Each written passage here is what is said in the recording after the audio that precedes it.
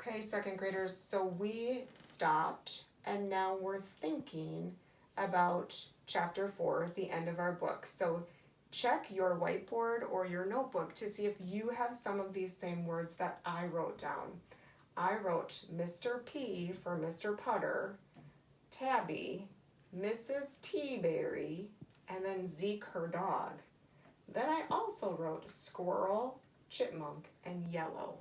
So those are my words that I was thinking about that are going to help me to retell what happened in that part of the story.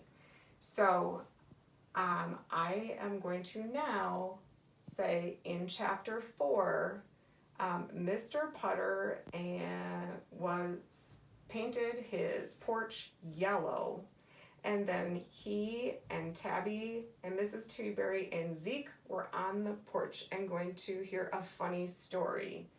And then a pink squirrel and a blue chipmunk walked by, and they laughed and laughed so hard they didn't even need a story. And that's how it ended. So now, check to see, think, is that how you retold the end of the story? It didn't have to sound exactly like that, but you want to have the characters and then the important things that happened. So now we've practiced. In order to understand our stories, we are going to stop, think, and retell. So on the next slide, you are going to first read one of your own books or a book from A to Z reading on your computer.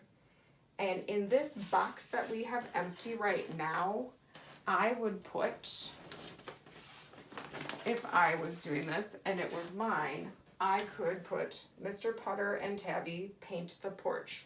You can write it with the pen tool, not this story, your story. So this one is my story. This one should not be on your paper.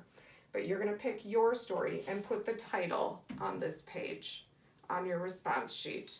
Then you're going to have a spot that looks like this where you're going to write your words for how much you read. Now, if you have a book like this that has really short chapters, you can read a chapter. If you have a book that has lots of words on one page, read one page and then do the thinking part.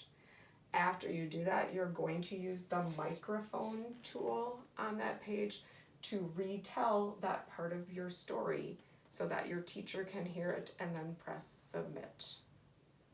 Go to the next slide.